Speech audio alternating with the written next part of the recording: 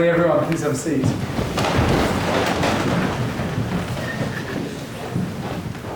So all looking really great for a Toonie for Terry Day in the cities. It's sometimes, cities aren't always done well, but they've just been done really well today. So thanks for putting your civvies on and for wearing them properly and giving me an update on what some of the latest fashion trends are. I always appreciate that. I've been getting left behind over the last decade or so. So you can see. So we're really keeping you on your toes as well this week. So please read the announcements and make sure you're aware of what you should be wearing on which days. Okay, and you'll hear a little bit more from Ms. Smith today about tomorrow morning and how we're gonna dress, and then Friday, of course, is a Spirit Day as well. Thursday's regular school dress. Okay, so just please keep an eye out, eyes and ears open for that. It's been a really great start to the year overall. We've already had a number of events that have unfolded well and that have kept those of us organising them or involved with them or volunteering for them really busy. And it's that last piece that we're going to spend a little time focusing on this morning, which is that whenever we've put out a call for volunteers, whether it's for a cross-country run this afternoon, or whether it's for a donor reception, or for organising chairs for a canoe ceremony, you've done a terrific job of answering that call. And we've got people stepping up to volunteer to help out in all sorts of ways, and it's really the only way that these sorts of events run well. Okay, so a huge thank you from me, and it's all part of getting off on the right foot and creating the kind of momentum within the community and in our approach to those areas that we wanted to. So I'm going to hand over to Mr. Robertson, who's going to elaborate a bit more on that, as well as speak to Terry Fox and why this week is special. Thank you, Mr. Monroe. Thank you. Good morning, everyone. So that's a perfect segue into what I want to talk about, because great communities only function really well if they have people willing to go out of their own needs and desires and serve others and look after the interests of others. And that's the essence of volunteering, as you know. So Mr. Monroe was just talking about that. How many people in this chapel have had a volunteering opportunity since the beginning of school? Yeah, and taken it? Cool, well done. Yeah, so don't ever hesitate to that, to do that. Ironically, I've talked over the years to a number of young people who go through that stage in life, which is entirely natural, by the way, that we all remember it, where you're trying to figure your way out of how am I going to make friends, how am I going to fit into this group or that group. It is entirely natural. There isn't anybody that didn't encounter that in some way, shape or form. And I often say, well, volunteer, right? Because straight off the bat, when you volunteer, you're going into a group that is together because they all want to do something for other people. So right off the bat, you've got something in common, and then other people benefit from it. So yeah, so keep volunteering whenever the opportunities come up. And that again leads me into something I talked about the other day, which is just clarifying this word that is less known than the word that is its opposite. So its opposite is selfishness. So what is the word I'm thinking about that sounds a bit like it, but is the actual opposite? Thank you, Mohammed. Yes, well done. It's selflessness. Selflessness. I don't know why, but it's not used that often. Maybe it's because it's a little bit more difficult to say or something like that. But selflessness is a quality and an approach to life that I highly, highly recommend to you to give some thought to and to actually live with an attempt all the time to employ selflessness, right? Selflessness, where you take yourself out of yourself and you're thinking more of the needs of others, right? It's again highly prized in a successful community.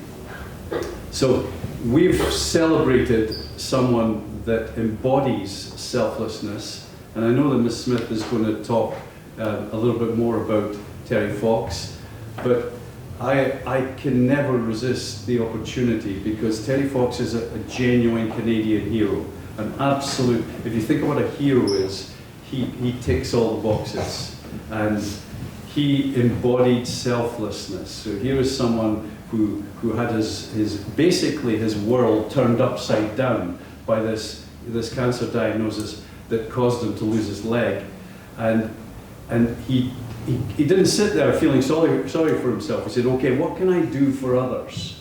And so he set out to raise $1 for every Canadian. And at that time, the population of Canada was about 24 million. So his aim was $24 million. Well, as I said the other day, the Terry Fox Foundation has raised over $85 million. Actually, no, sorry, $850 million, not 85, $850 million, right? So, you know, he succeeded enormously, and he wouldn't have imagined that all these years later, people all over this country are mobilizing, and even overseas, different little pockets of Canadians running a Terry Fox to raise funds for cancer research and to try and help others. So I think that's why we get so passionate about supporting Terry Fox, because it embodies selflessness, and it's a fantastic cause that sadly will affect us all, has affected us all, directly or indirectly. So get behind Terry Fox, as many of you did on Sunday at the community run that we had up at Evans Park there.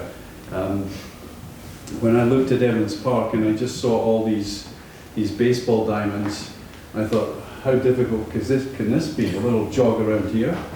But unfortunately my jog took me downhill, and I remembered halfway down the hill as I was cruising along, the old adage that if you're going down, you're probably coming up at some point.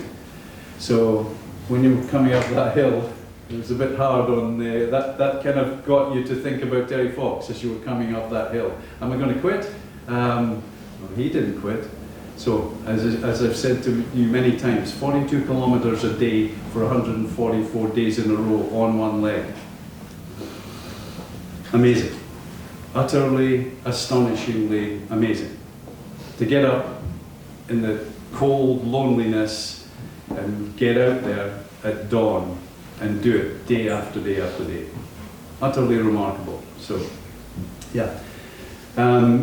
September, October, we tend to focus a little bit on raising funds for cancer, and Mr. Monroe's already talked about the Tour de Rock and the cyclothon, and we had Constable Wes Richens here talking about his endeavour that he's had to train hard for, and it will be hard work riding a bike all the way down the island with all the hills, and again, quite a significant achievement. So we'll get behind that as well and raise as much as we possibly can in that true spirit of selflessness.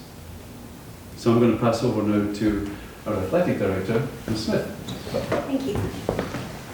Good morning, everybody. I've met a number of you in person at the cross-country practices and around the school, and I'm looking forward to getting to meet all of you a bit more as the year goes on. If you don't know about me, my background is in running, so I really did admire Terry Fox. I was in middle school or junior high when Terry Fox began his Marathon of Hope back in Newfoundland, and I was in school in Nova Scotia because I grew up on the East Coast. I grew up just outside of Halifax, and so I actually didn't really know much about British Columbia at that time. I thought British Columbia was really a land very far away, which it is when you come from Nova Scotia, and I really just thought British Columbia was about big trees and orcas, which I found out later was a bit more than that. And the thing about Terry Fox, and you have to remember, is back in the 80s, there was no Instagram, and there was no Facebook, and there was no instant distribution of any news whatsoever. You had to wait until the evening news or the next day's newspaper to find out about things. And so my recollection and my first sort of awareness of Terry Fox was really coming home at night and sitting around the television with my family, our small little black and white TV, and we would turn it to channel 3, which was CBC English, or maybe it was channel 5. One was English and one was French. And there in black and white, we would see this young man with his interesting running gait starting his Marathon of Hope. And really, when I think back, what stuck out for me the most, because I really, you know, at 14 or whatever I was, I didn't have much concept of cancer then. And I didn't really have much concept of what he was actually doing. But I remember watching this man every single night running down. Most of the time he was running all by himself. You know, he would get to a town and then the television cameras would come and the people would gather around. But there was many, many miles where Terry was just running down the middle of nowhere in Nova Scotia or Newfoundland with his friend in the van. And I remember thinking, like, what an amazing person to be out there doing this, and also how uncomfortable he looked because of the way he had to run. Because he had lost one of his legs, and back then we didn't have these incredible running prosthetics that you have now. If anybody has watched the Paralympics or the Para World Championships, runners have these amazing prosthetics that spring them along, and actually they're adjusted so that the runners nowadays have almost the exact same gait as they would have if they had 2 legs. Terry didn't have that, and you've all seen pictures of him where you have to kind of limp along and pull the second leg through with incredible strength. And I really, I don't know, that the image of him running and being so unself-conscious about how different he looked as a runner, because he was on such a mission to raise money for cancer so that other people didn't have to suffer as much as he did. Though that's what really stuck in my young mind. And then from then on, just like you guys, or all of you, I had the Terry Fox run every year after that. And that's you know what alongside my whole running career has been the whole Terry Fox Marathon of Hope and the whole Canadian Foundation that has continued to raise the millions of dollars for cancer research that it does now. And so that's why tomorrow we are going to do a senior school Terry Fox Day. The junior school is doing it today with the traditional run around the school grounds. And Mr. Monroe and I decided that we would offer a different and new movement day tomorrow in honor of Terry Fox. He wasn't just a runner. He actually was quite the basketball player and rugby player and soccer player. And in fact, he really wanted to go to SFU to play basketball. That was one of his dreams. Running just happened to be the thing that he could take to across Canada to raise money for cancer. So tomorrow morning, starting at 8:15, as soon as you get to school, you're allowed to wear your PE uniform all day with your house colors. So this is why it's going to be an interesting day or week for uniforms. So tomorrow, in honor of Terry and movement and health and fitness, we're going to wear our PE uniform with our house colors all day, and we're going to meet in Founders Hall at 8:15. And we're going to rotate through 3 movement exercises. It's going to be very fast-paced. It's going to be very interesting. We're going to make it work, though, in honor of Terry. You can bring your toonie for Terry and give it to your FA teacher, or we'll have a bucket in the gym as well, and we'll see what we can do for Terry. So show up tomorrow morning and come ready to move in all kinds of different ways. And I just wanted to finish off with something here. The Terry Fox Foundation put out a new t-shirt this year. It's not the one that you get when you go to the Terry Fox races, but they wanted to come up with a new t-shirt for people to buy, and I found out about it online. And as soon as I found out that they were producing a new Terry Fox, this sort of custom t-shirt or this new t-shirt, I signed up and bought one for myself and my son because I really like what they did with the back. They took some special messages that kids wrote to Terry and how they were inspired by him, and they put them on the back. And I wanted to bring a t-shirt to you because I've only been at the school for about 4 weeks, and I've already been, I was telling Mr. Monroe, I've already been moved to tears a few times, and in a good way, because I think this school, I can already tell this school has an incredible heart to it, and so much kindness, and I feel like I've landed in a really amazing place.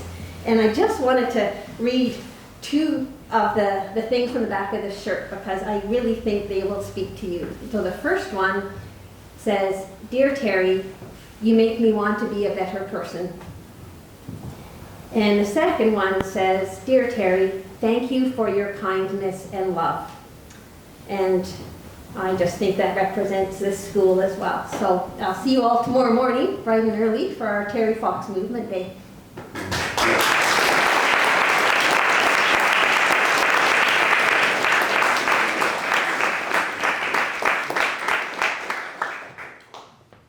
Thank you, Smith. Yeah, it's at the risk of embarrassing her completely. Whenever I start like that, you know that I'm going to do that, right? So one of my favourite pastimes for students and staff is actually embarrassing people, as those of you who know me will know. But I don't mind being embarrassed back. That's okay. However, I just want to make sure everybody realises that, you know, Miss Smith, when she talks about running, she talks about competing, she talks about these things, she knows what she's talking about. We're privileged to have a 19-time national champion and a world championship silver medalist talking to you this morning, right? So that's, just keep that in context, that's inspiring and it renders your words all the more convincing and effective, right? But it's the sentiment that was behind there that really was so good. Thank you. So everybody, inspired, I hope, ready to attack this day and tomorrow and the rest of the week, and keep doing what you're doing, because I agree with how Mr. Monroe started this morning. It's been an excellent start to the school year.